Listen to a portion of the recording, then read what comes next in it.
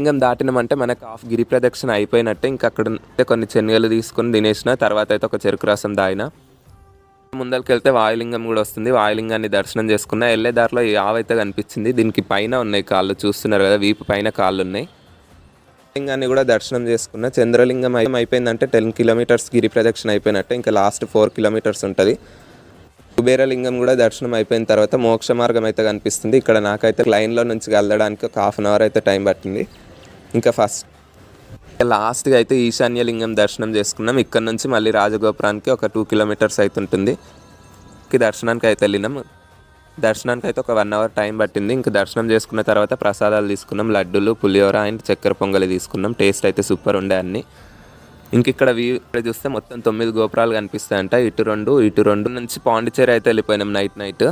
ఇంకా పాండిచ్చేరిలో రెస్టారెంట్ దగ్గర ఆగి చికెన్ బిర్యానీ అయితే తీసుకున్నాం. నాకు అసలు ఈ చికెన్ బిర్యానీ లాగానే అనిపించలేదు, ఏదో మాత్రం బాగుండే. ఇంకా బిర్యానీలో కలుసుకుందాం. అంటే ట్రిప్ చూద్దాం. అంటిల్ దెన్ మన ఛానల్ని అయితే సబ్స్క్రైబ్ చేసుకోండి.